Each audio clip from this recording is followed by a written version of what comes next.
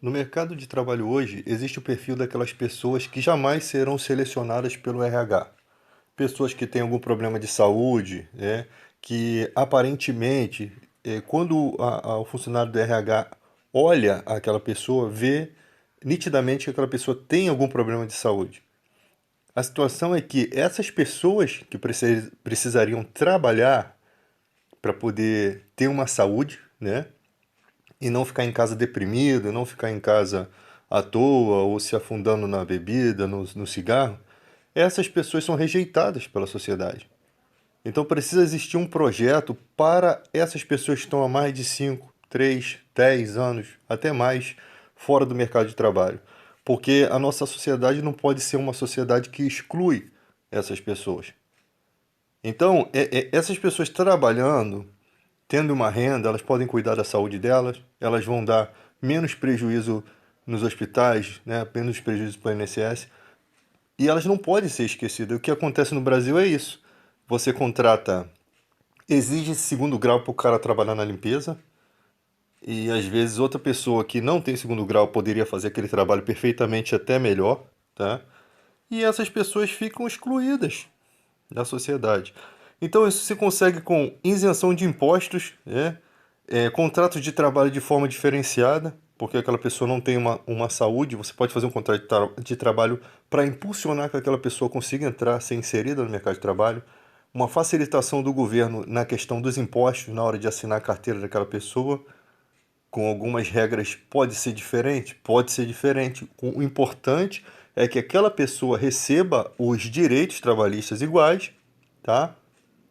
Mas que quando for celebrado o contrato, o governo pode abrir mão de certas coisas ou trazer isenção de imposto para aquela empresa que está dando aquela oportunidade para poder reintegrar essa pessoa na sociedade, porque nós temos um monte de gente excluída. Hoje em dia estão até fechando os ferros velhos, estão exigindo, o INEA está exigindo que os ferros velhos fechem as portas para si até que eles se adequem, né, às questões ambientais. Isso depois de milhões de anos que eles querem fazer isso. Para mim é tudo pretexto para que se fechem isso e eles abram cooperativas para ganhar dinheiro. Isso aí é tudo pretexto.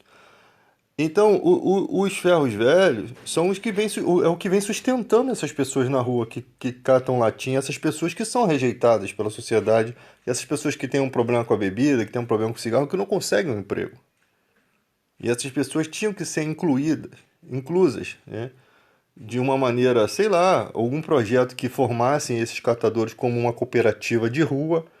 E aí você reeduca a sociedade, ou seja, a sociedade, mostra à sociedade que é importante ela pensar nessas pessoas. Então o cara que está dentro de casa ele vai separar o plástico, ele vai separar a latinha, ele vai separar o alimento, ele vai separar o vidro para que aquela pessoa não se corte quando catar. E quando o catador vier naquela cooperativa, vai estar tudo separadinho. Você coloca lixeiras, né, nas ruas para reeducar essa sociedade, para que aquela mostrando para que aquela pessoa está sendo importante, está tendo um papel importante para a vida dessas pessoas que estão catando as coisas na rua. Isso seria muito importante a gente fazer um projeto nesse sentido. Mas para isso tem que ter, primeiro, não é a questão do dinheiro só. Isso o governo tem. A questão é a força de vontade, né? Porque não há força de vontade na política. Há muita força de vontade para fazer orçamentos secretos, para dar golpes, para roubar. Para isso tem muita força de vontade, mas para fazer o bem a população não tem. Então é você, com seu voto, que vai colocar o seu representante lá em Brasília. Mas só que uma andorinha só não faz verão, não. Nós temos que ter muita gente que tenha um projeto de verdade para o Brasil, tá? Muita gente que lá dentro, que estudou, que conhece a agricultura, que conhece a história do bairro, tem que ter essas pessoas ali dentro. E não podemos colocar sempre os filhinhos desses bacanas, porque a política hoje em dia ela é hereditária, né? É o neto, é o filho, e as pessoas vão colocando essa. E tem gente que entra sem você colocar, porque entra porque a quantidade de votos faz com que aquele partido beneficie aquela gente deles, né?